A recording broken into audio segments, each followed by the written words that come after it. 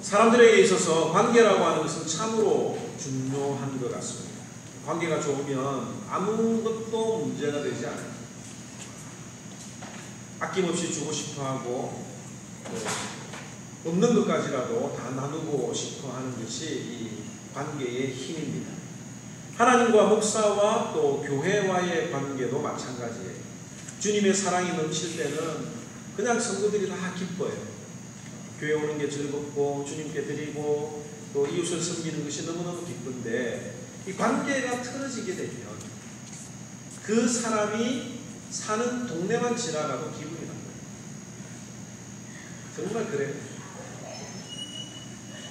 군에서 군생활을 해본 사람들은 그 부대가 있었던 곳을 향해서 소변도 보지 않는다라고 하는 그런 말이 있습니다. 근데 괜시리 싫어지면 그 사람의 헤어스타일이나 옷이나 이런 것들도 다 마음에 안 드는 거예요. 왜 이런 이야기를 하느냐? 지금 이 고린도 후서의 전체적인 배경이 이렇다고 볼 수가 있어요. 사도 바울과 고린도 교인들 간의 관계가 틀어졌습니다. 직접적인 원인은 거짓 교사가 나타나서 사도 바울의 인격과 사도 바울의 사도권에 대해서 험담을 하고 공격을 한 것이 원인이었지만, 이 고린도 교회의 교인들이 그 거짓 교사의 속임에 넘어가서 동조를 해버리고 말았습니다. 그래서 사도 바울은 그 관계를 회복하기 위해서 권면을 했고, 그 결과 디도를 통해서 고린도 교인들이 사도 바울과의 관계가 회복되고 있다는 기쁜 소식을 듣게 되는 것이 우리가 지난 주간까지 들었던 내용의 전체적인 요약이죠. 고린도서 7장 6절에서 7절에 보면, 그러나 낙심한 자들을 위로하시는 하나님이 디도가 옴으로 우리를 위로하셨으니 그가 온 것뿐 아니요 오직 그가 너희에게서 받은 그 위로로 위로하고 너희의 사모함과 애통함과 나를 위하여 열심히 있는 것을 우리의 보고함으로 나를 더욱 기쁘게 하였느니라. 고린도 교회 성도들에게 고린도 후서라고 하는 글을 썼습니다. 그리고 디도를 통해서 보냈는데, 그 디도를 통해서 하나님이 위로를 해주시는데, 고린도 교회 성도들의 마음이 예전과 같이 회복이 되어졌다라고 하는 그 기쁜 소식을 들었던 거예요. 그들의 관계가, 사도 바울과 고린도 교인들의 관계가 회복이 되면서 사도 바울은 다른 것들까지도 회복이 되기를 원했는데, 그게 뭐냐면 이 8장과 9장에 걸쳐서 나오는 중심 내용이 바로 헌금에 관한 내용이에요. 헌금에 관한 내용. 더 구체적으로 말하면 구제 헌금에 관한 내용입니다. 사도 바울과 고린도 교회 교인들과의 관계가 좋을 때 1년 전에 이 고린도 교인들이 예루살렘에 있는 교회를 위해서 구제 헌금을 시작했습니다.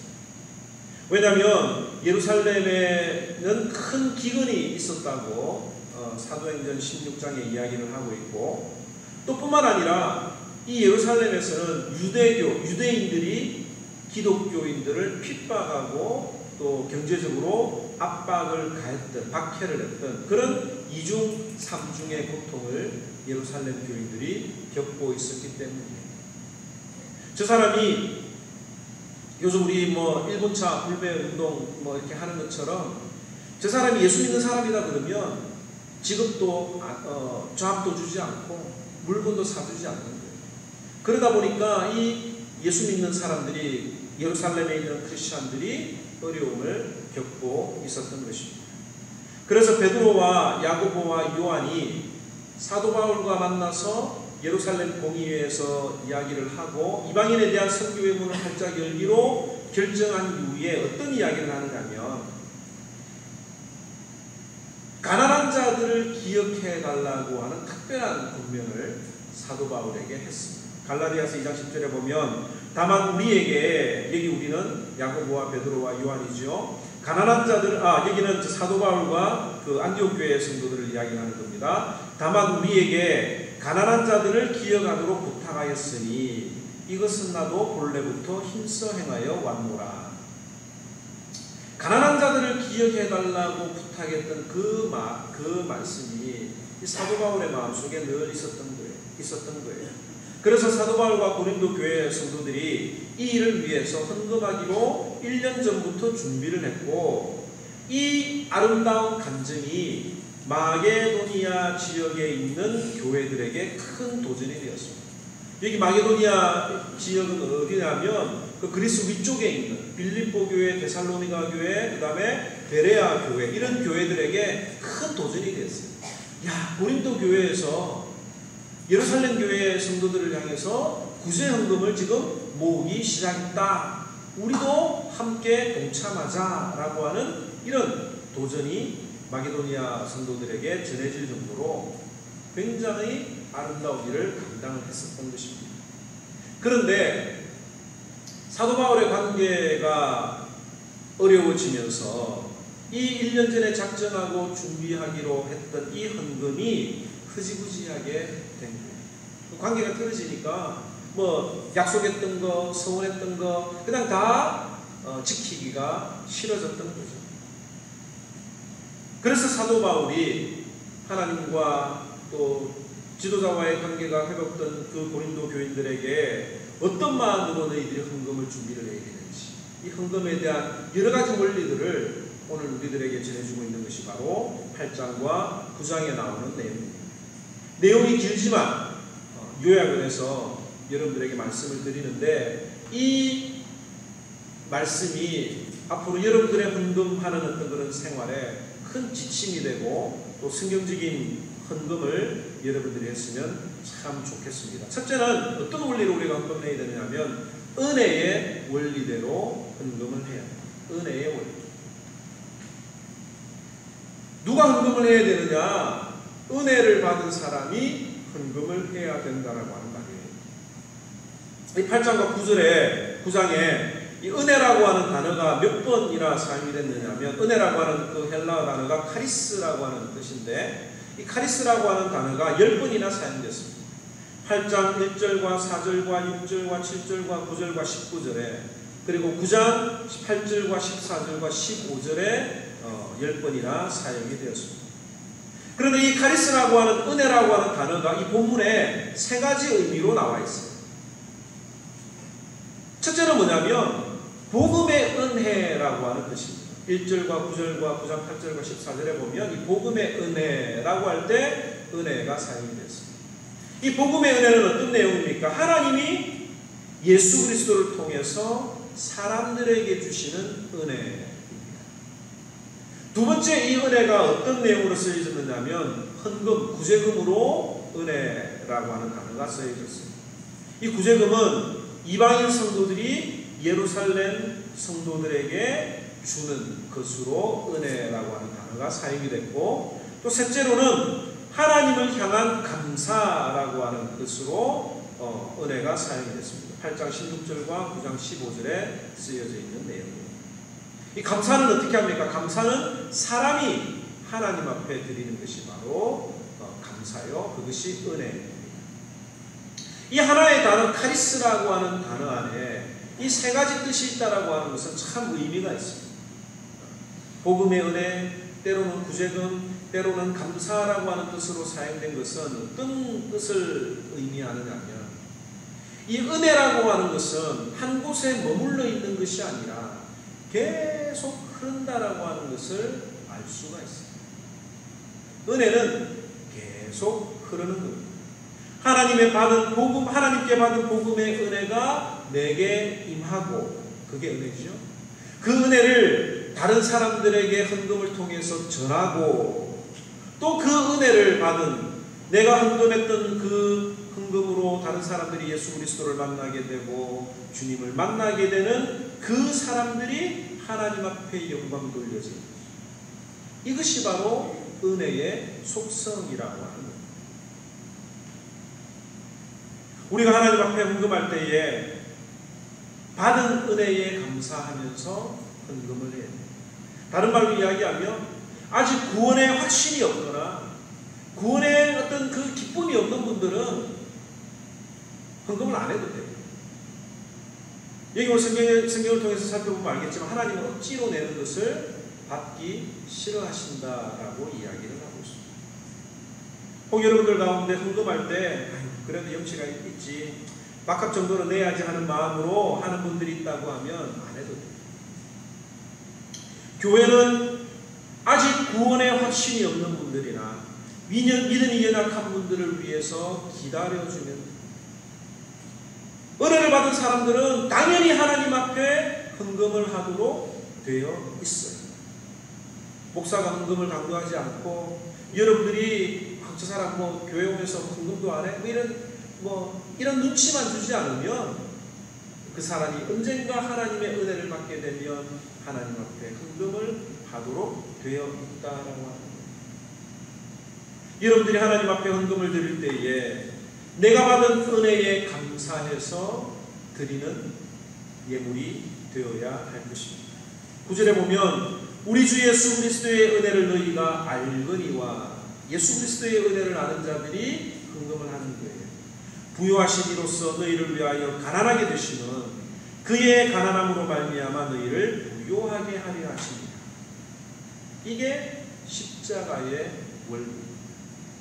하나님의 아들이었던, 하나님이셨던 예수님이 자신의 모든 것들을 다 포기하시고 십자가에 못 박혀 돌아가심으로 말미암아 우리가 생명을 누리게 된 것이, 이게 바로 은혜라고 하는 겁니다. 예수님의 은혜를 받은 사람들은 나도 예수님처럼 다른 사람의 부요를 위해서 가난해지는 것이 예수님을 닮아가는 사람이요, 예수 그리스도의 십자가의 은혜를 바로 깨닫는 사람의 바른 신앙 자세라고 하는 것입니다. 세상 사람들은 자기 자신을 위해서 살아요. 그런데 교회는 늘 하는 말이 내가 아니라 다른 사람을 위해서 살아가야 된다고 이야기를 하지 않습니다. 이번에 아내가 한국에 갔다 와서 이런 이야기, 재밌는 이야기를 해줬어요. 사촌 동생과 부인을 만나고 왔는데, 전도하기 위해서 만났죠. 아내가 우리 하모니 교회와 성도들의 어떤 그런 이야기, 아름다운 이야기들을 이야기를 하면서 우리가 하나님 앞에 받은 것들은 다른 사람을 위해서 살도록 우리에게 주신 것이다 라고 하는 이야기를 하니까 이 예수 안 믿는 사촌 동생이 하는 말이, 형수님, 이게 다르네요. 나는 내 아들 좋은 고등학교 가고 좋은 대학 가서 잘 먹고 잘 살아, 너만 잘 살면 된다라고 가르쳤는데 예수 믿는 사람들은 이게 다르네요 라고 하는 이야기를 하더라고 합니다. 세상 사람들은 잘 먹고 잘 살기 위해서 살아가지만 은혜를 체험하는 사람들은 다른 사람들을 위해서 살아간다. 왜? 주님이 그런 삶을 살아가셨고 우리에게 그런 삶을 본으로 보여주셨기 때문에 그런 겁니다. 그래서 여러분들이 헌금을 준비할 때는 늘 은혜라고 하는 것을 생각을 하고 그 은혜에 감사해서 예물을 드려야 합니다.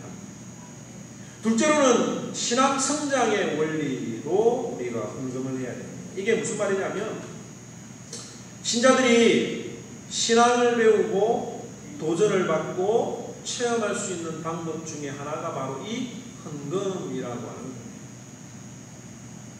여러분, 신앙이라고 하는 것은, 신앙은 어떻게 자랍니까? 말씀을 들으면서 자라는 거예요. 배우면서 자라는 겁니다.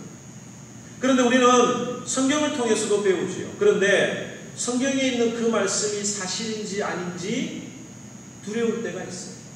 의심이 갈 때도 있습니다. 그래서 성경에는 수많은 사람들의 이야기들을 다 기록을 하는 거예요. 어떤 사람들은 죄로 인해서 하나님 앞에 심판을 받은 사람도 있고, 어떤 사람들은 아무것도 없지만 자기의 모든 것들을 다 드렸는데 그럼에도 불구하고 하나님이 살려주셨던 사르밧 과부의 이야기도 적혀있고, 성경에 나와 있는 베드로를 보니까 참 저 사람은 저렇게 예수님을 배반하고 있구나, 나도 그런 예수님을 배반할 때가 있는데 그런 사람에게도 우리 주님은 사랑하시는구나 라고 하면서 사람들을 통해서 믿음이 무엇인지 배우도록 하게 하시는 겁니다. 그리고 우리가 현재 살아가고 있는 우리들 주변에 있는 사람들을 통해서도 하나님은 우리가 신앙에 자라도록 배우도록 하시죠. 그래서 신앙이 성숙한 사람들은 주변 사람들의 간증을 통해서도 하나님을 만나고 나도 저렇게 살아야 되겠다라고 하는 도전을 받기도 합니다. 다른 교회가 성장하면 함께 기뻐하고 우리 교회도 저렇게 기쁨이 넘치는 교회, 우리도 저렇게 아름다운 성전에서 저 주님이 주신 복들을, 축복들을 마음껏 베풀며 살아가는 저런 교회가 되어야 되겠다라고 하는 그런 마음이 들어야 정상인 거예요. 그런데 믿음이 연약한 자들은 어떻습니까? 도전을 받는 게 아니라 시험에 들어요. 어떤 사람이 얼마만큼 참 하나님 앞에 큰 일을 했다라고 하면 뭐 저 사람 뭐 우리 하나님이 저렇게 복을 주시니까 그랬지, 이렇게 폄하해 버립니다. 사돈이 땅을 사면 기뻐하고 잔치를 벌여줘야 되는데 사돈이 땅을 사면 배가 아파하는 것이 이 사람들의 마음. 왜 이런 이야기를 하느냐? 1절에서 5절 말씀 한번 볼까요? 형제들아, 하나님께서 마게도냐 교회들에게 주신 은혜를 우리가 너희에게 알리노니 환난의 많은 시련 가운데서 그들의 넘치는 기쁨과 극심한 가난이 그들의 풍성한 연보를 넘치게 하게 하였느니라. 내가 증언하노니 그들의 힘대로 할 뿐 아니라 힘에 지나도록 자원하여 이 은혜와 성도 섬기는 일에 참여함에 대하여 우리에게 간절히 구하니 우리가 바라던 것뿐 아니라 그들이 먼저 자신을 죽게 드리고 또 하나님의 뜻을 따라 우리에게 주었도다. 지금 이 마게도니아 성도들의 신앙에 불이 붙었습니다. 어떤 신앙에 불이 붙었느냐면 환난의 많은 시련 가운데서 그들의 기쁨이 넘쳤다라고 이야기를 하고 있고요. 극심한 가난 가운데서도 그들의 풍성한 연보가 넘치게 되었다라고 이야기를 하고 있습니다. 힘대로 할 뿐만 아니라 힘에 지나도록 자원하여 이 은혜와 성도 섬기는 일에 참여하게 될 정도의 신앙의 불이 붙었습니다. 그래서 제가 서두에서 말씀드렸던 것처럼 이 신앙의 도전이 어디에서부터 시작이 되었습니까? 고린도 교회에서부터 출발이 되었던 거예요. 그리고 이 마게도냐 교회의 열심을 사도 바울이 고린도 교회에 전하면서 너희들이 먼저 시작한 일이 아니냐, 너희들이 끝을 내라 라고 하는 권면을 다시 해주고 있습니다. 서로가 서로의 이야기들을 통해서 힘을 얻고 도전을 받고 불을 붙이는 것이 바로 이 신앙 성장의 원리인데 그 중에 하나가 바로 이 헌금이라고 하는 거예요. 여러분들, 내가 신앙이 성숙한지 아닌지 무엇으로 알 수 있습니까? 내가 얼마나 말씀 앞에 순종하는지 안 하는지 알 수가 있죠. 그런데 말씀 앞에 순종하는지 안 하는지에 대한 그 내용은 굉장히 지극히 주관적입니다. 다른 사람이 볼 때 별로 하나님의 말씀대로 안 사는 것 같은데 물어보면 나는 하나님의 말씀대로 잘 살고 있다고 사람들이 대답을 합니다. 말은 겸손하게 부족하다고 이야기를 하지만 실제로는 자기 자신에게 후한 평가를 주는 경우들이 훨씬 더 많이 있습니다. 저도 마찬가지예요. 이 정도면 됐지 뭐, 이런 어떤 생각들이 문득문득 들 때가 있단 말이에요. 내가 하나님의 말씀대로 얼마나 잘 살아가는지를 객관적으로 볼 수 있는 게 뭐냐? 바로 하나님 앞에 물질을 얼마나 드리느냐, 하나님 앞에 드리는 물질의 이 관계가 어떠느냐에 따라서 객관적으로 검증해 볼 수 있는 항목 중에 하나가 바로 이 헌금입니다. 여러분들, 마가복음 10장에 어떤 내용이 나옵니까? 한 부자 청년의 이야기가 나오죠. 이 부자 청년이 신앙생활에 자신이 있었습니다. 그래서 예수님에게 찾아가서 어떻게 하면 영생을 얻을 수 있습니까? 라고 물었죠. 그랬더니 예수님께서 하시는 말씀이 하나님을 사랑하고 이웃을 사랑해라, 율법을 지키라고 하는 이야기를 하니까 이 부자 청년이 자신이 있었습니다. 나는 어릴 때부터 말씀으로 잘 양육받았기 때문에 하나님을 사랑하고 이웃을 사랑했습니다 라고 하는 답변을 했죠. 그랬더니 예수님이 뭐라고 이야기를 하셨습니까? 내가 가지고 있는 것을 가난한 자들에게 다 나눠주라 고 하니까 이 부자 청년이 근심하며 돌아가니라 고 하는 그 장면이 마가복음 10장에 기록이 되어 있습니다. 여러분들이 하나님을 사랑하십니까? 여러분들이 하나님을 사랑하시면 여러분들의 시간과 여러분들의 마음뿐만 아니라 여러분들의 마음이 어디에 있는지 물질로도 증명되어야 된다고 하는 거예요. 8절 한번 볼까요? 8절 너희 사랑의 진실함을 증명하고자 함이로다. 하나님 사랑하느냐? 헌금으로 증명해라. 24절에 그러므로 너희는 여러 교회 앞에서 너희 사랑과 너희에 대한 우리의 자랑의 증거를 그들에게 보이리라. 또 9장 12절에서 13절에 보면 봉사의 직무로 증거를 삼아. 이게 봉사의 직무는 헌금하는 직무예요. 너희의 후한 연보로 말미암아 하나님께 영광을 돌리라. 여러분들의 믿음이 얼마나 성숙했는지 여러 각도로 점검해 볼 수 있지만 이 헌금 생활도 역시 그 중에 하나라고 하는 것을 우리가 기억을 해야 합니다. 내 보물이 있는 곳에 너의 마음이 있는 곳에 보물이 있다라고 하는 말씀을 기억을 해야 됩니다. 여러분들이 하나님 앞에 헌금 드릴 때에 하나님 내 믿음을 받아주세요. 내가 주님을 사랑하는데 그 사랑하는 마음으로 내가 주님 앞에 예물을 드립니다 라고 기도하면서 헌금을 해야 합니다. 셋째로는 이 균등의 원리예요. 균등의 원리. 이건 뭐냐면 13절에서 15절에 나와 있는 내용인데 이 헌금이 어떻게 사용되어져야 되느냐에 대해서 지금 우리에게 이야기를 해주고 있습니다. 우리가 하나님 앞에 드린 헌금이 어떤 목적을 위해서 사용되어져야 하는가 13절부터 한번 읽어볼까요? 이는 다른 사람들은 평안하게 하고 너희는 곤고하게 하려는 것이 아니요 균등하게 하려 함이니 이제 너희의 넉넉한 것으로 그들의 부족한 것을 보충함은 후에 그들의 넉넉한 것으로 너희의 부족한 것을 보충하여 균등하게 하려 함이라. 기록된 것 같이 많이 거둔 자도 남지 아니하였고 적게 거둔 자도 모자라지 아니하였느니라. 마게도니아 교인들이 하나님 앞에 드린 헌금을 통해서 예루살렘 교회의 부족한 것을 보충하기 위함이라고 이야기를 했습니다. 1차적으로는 예루살렘 교회의 어려운 형편을 돕는 것이겠죠. 그런데 우리가 이 내용을 좀 더 영적인 문제로 한번 해석을 해봐야 할 것입니다. 이 예루살렘 교회를 돕는 그 일에 구제 헌금 한번 전달되는 것이 그들의 삶에 큰 열매를 변화를 일으키지는 않았을 거예요.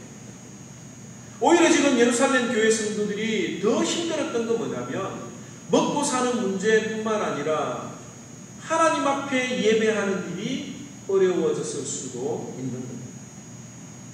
그러나 고린도 교회의 그 물질의 후원으로 말미암아 그들이 힘을 얻고 그들의 예배와 신앙이 회복되어지는 것, 이것이 바로 균등해지는 거라고 하는 거죠.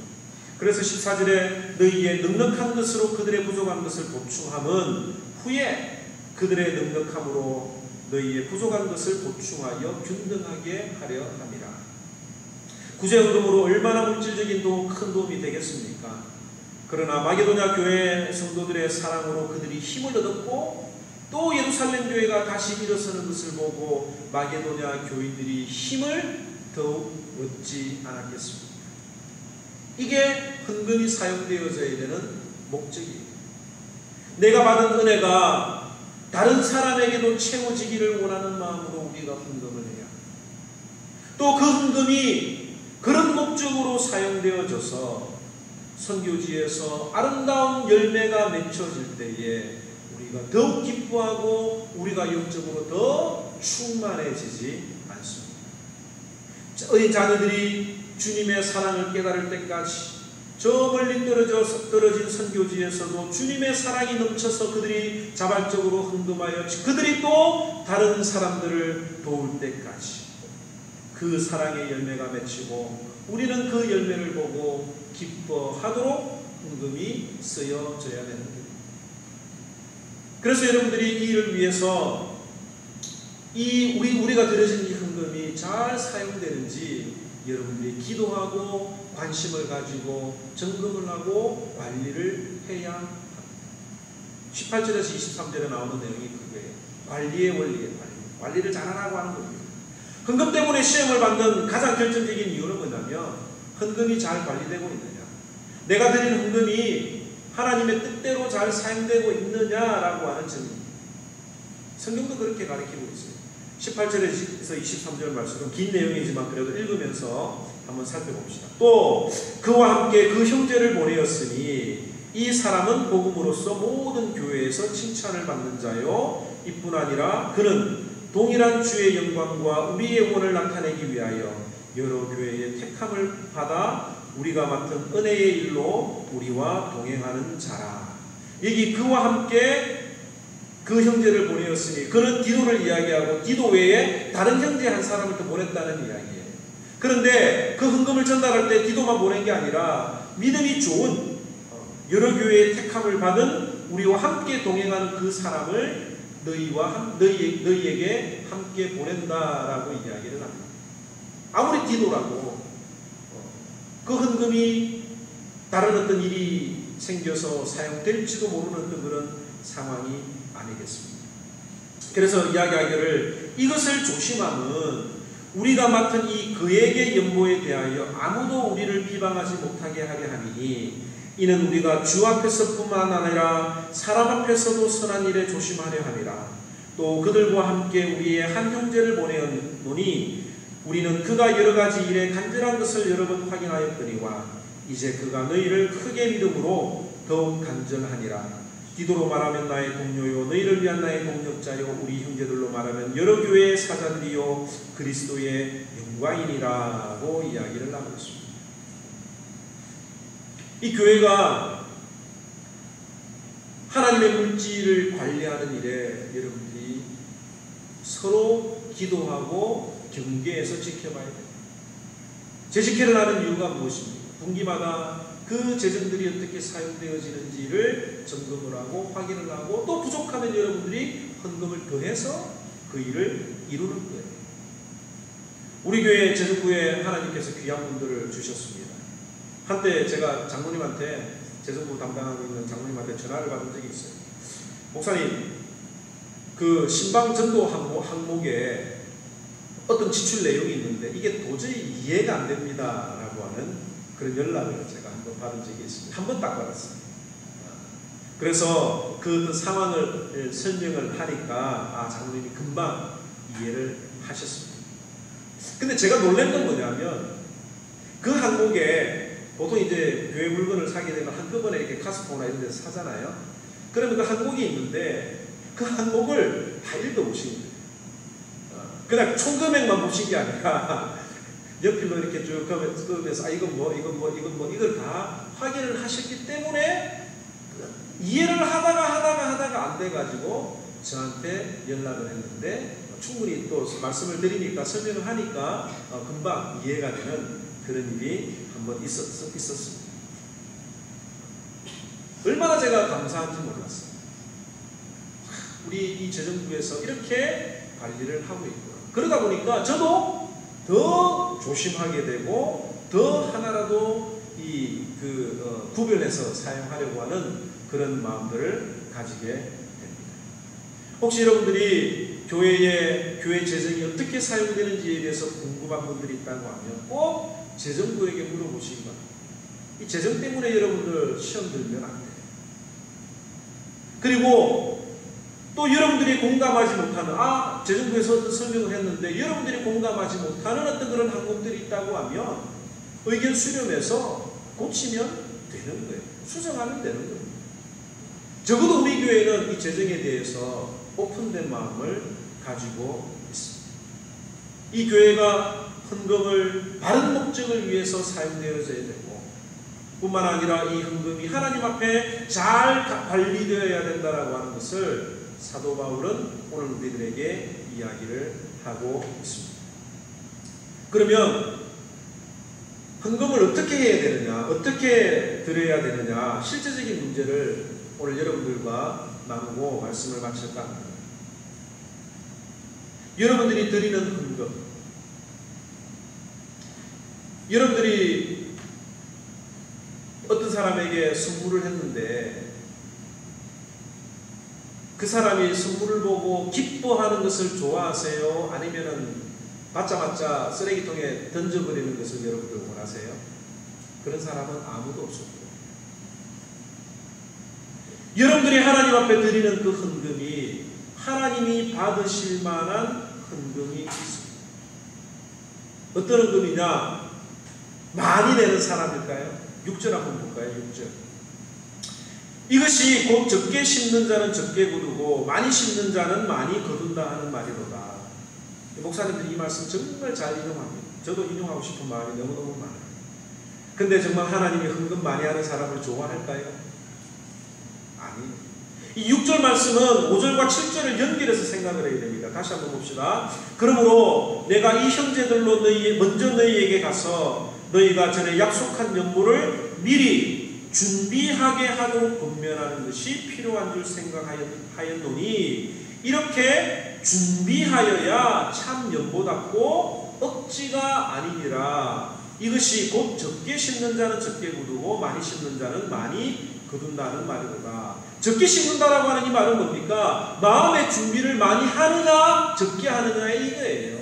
여러분들이 마음으로 준비를 많이 한 헌금은 하나님이 받으시는 거예요.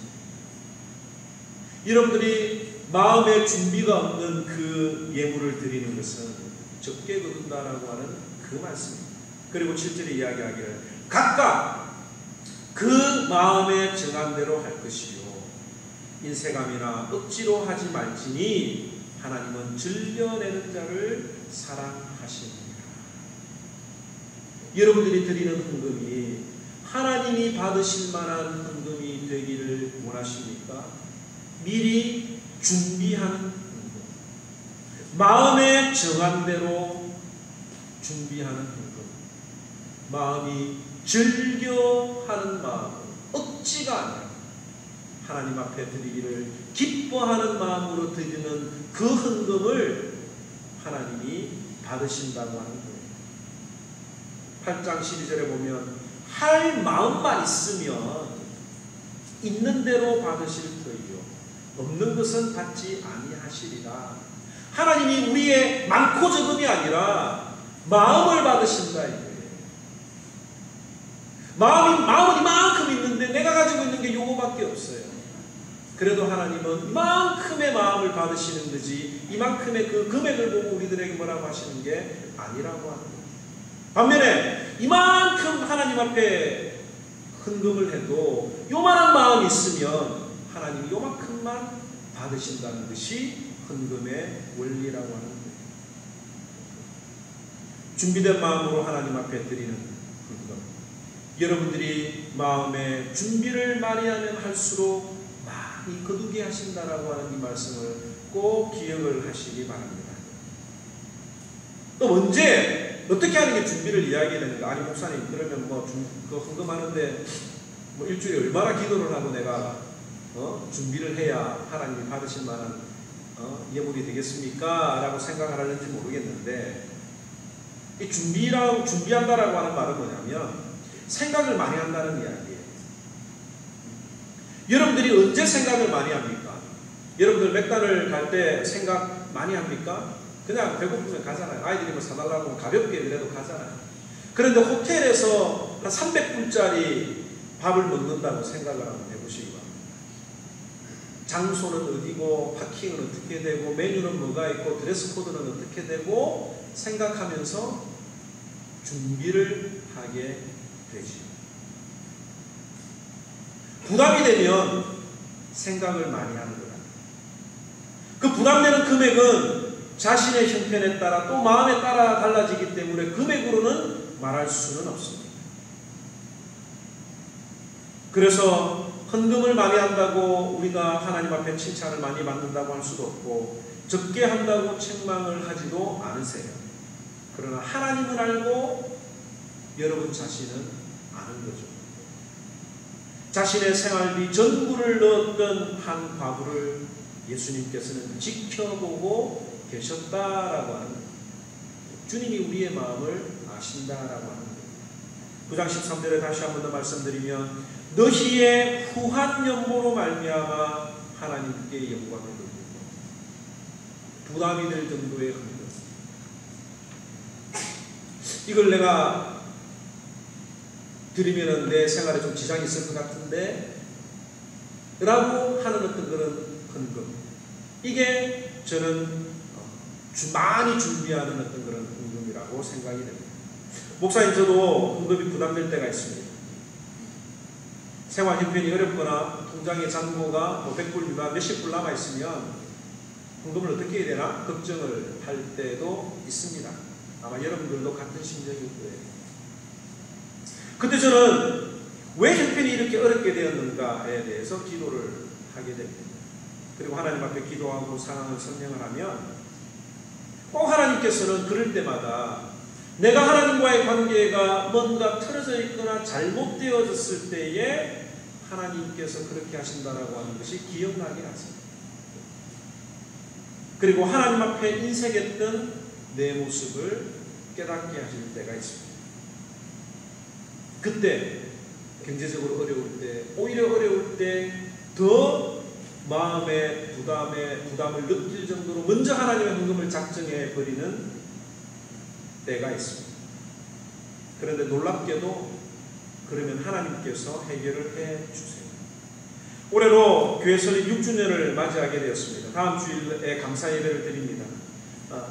기도하면서 그동안에 하나님이 인도하셨던 그 하나님의 은혜를 돌아보면서 그래도 형편에 맞게끔 감사헌금을 준비하려고 했는데, 지난주에 제가 여러분들에게 말씀드렸던 것처럼 이번 그 상황이 쉽지 않았던 그 상황들이 많이 있었거든요. 그래서 그런 어떤 형편에 맞추어서 제가 감사헌금을 드리려고 했는데, 하나님이 나에게 베풀어 주신 은혜가 이것보다도 훨씬 더 크다라고 하는 것이 기억나게 하셨습니다. 그리고 하나님께서 이 말씀을 준비하는 가운데 이런 메시지를 주시는 것 같아요. 네가 하나님 앞에 은혜를 많이 받았다. 그러면 증명 한번 해봐 라고 하는 메시지를 저한테 하나님이 먼저 주시는 것 같아요. 그래서 기도하는 가운데 금요일 새벽에 와서 기도할 때, 하나님, 제가 작년보다 100불을 더해서 드리겠습니다 라고 금요일 아침에 기도를 하고 빨리 준비를 했습니다. 그런데 어떤 일이 일어났는지 아세요? 1차적으로 하나님이 그 금액보다도 더 많은 금액을 제게 돌려주셨습니다. 세찬이가 첼로가 한 달도 안 된 첼로가 깨졌다 그랬잖아요. 막 그 일들이 막 몰아칠 때에 세찬이 그 첼로가 깨진 게 그 중에 하나였었어요. 한 1000불 정도 들여서 산 첼로인데, 그게 깨져서 또 화가 나고 그냥 빵꾸난 대로 그냥 켜라고 그랬는데, 아내가 그 사업장에다가 연락을 했나봐요. 그런데 저는 몰랐는데 전화가 왔어요. 처음에는 메일이 어떤 메일이 왔느냐면, 그 수리비를 아무래도 너희들이 잘못했으니까 720불을 내라고 하는 메일을 보냈대요. 720불이면 새거 사지 하고 그냥 그렇게 말았는데, 그날 오전에 직접 전화가 와서, 1890이면 전화를 제가 잘 안 받거든요. 근데 받아서 친절하게 물어보니까 상황에 대해서 물어보더니 자기들이 새 것을 보내주겠다, 무료로 새 것을 보내주겠다라고 하는 그 전화 연결을 금요일 날 오전에 하나님이 하게 해주셨습니다. 우리가 하나님 앞에 마음을 드리겠다고 하면 주님이 가만 계시겠는가? 아니에요. 축복의 원리가 있습니다. 저는 그동안에 살아오면서 이런 수많은 어떤 그런 감정들이 있는데 그냥 이야기를 잘 안 나눌 뿐인데, 정말 하나님 앞에 하나님과의 관계가 바로 세워지고 내 지갑이 하나님 앞에 헌금을 하면 하나님께서는 꼭 축복을 해주십니다. 그런데 내가 하나님 앞에 정직하지 못하거나 내 지갑이 회개하지 않으면 하나님이 그만큼 다른 일이 터지게 해서 그만큼 다른 데로 세워나가게 하는 것을 많이 느낍니다. 주님이 여러분들의 마음을 받으시면 가만 계실 분이 아니에요.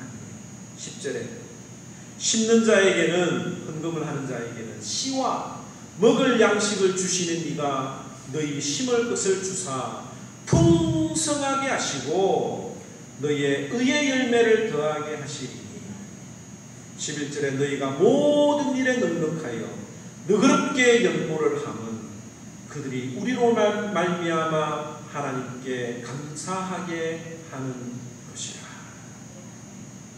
하나님은 기쁜 마음으로 심는 자들에게 먹을 양식뿐만 아니라 심을 것을 풍성하게 주시고 의의 열매도 맺게 하십니다. 오늘 말씀을 통해서 나와 하나님과의 관계, 나와 목사와의 관계, 나와 교회와의 관계를 여러분들이 다시 한번 더 생각을 해보십니다. 그리고 여러분들이 이 귀한 교회를 하나님이 허락해 주셨다라고 하는 그런 마음에 감사가 있다고 하면 내가 죽을 수밖에 없는 죄인인데도 불구하고 나를 구원하여 하나님의 자녀로 삼아 주셨다라고 하는 그 구원의 기쁨이 있다고 합니다. 하나님 앞에 마음껏 준비해서 여러분들을 드리시는 놀라운 축복이 있기를 주님의 이름으로 축원합니다. 그래서 여기저기에서 하나님의 말씀대로 내가 살아봤더니 먼저 그 나라와 그 일을 위해서 수고했더니 하나님이 모든 것들을 베풀어 주셨습니다라고 하는 그 놀라운 감정들이 여러분들의 삶을 통해서 드러나기를 바랍니다. 말씀을 지키려고 하면 이게 잘 안 나타날 수도 있어요. 시간이 오래 걸릴 수도 있어요. 그런데 헌금은 하나님이 즉각 그 자리에서 응답해 주시는 경우들이 훨씬 더 많이 있습니다.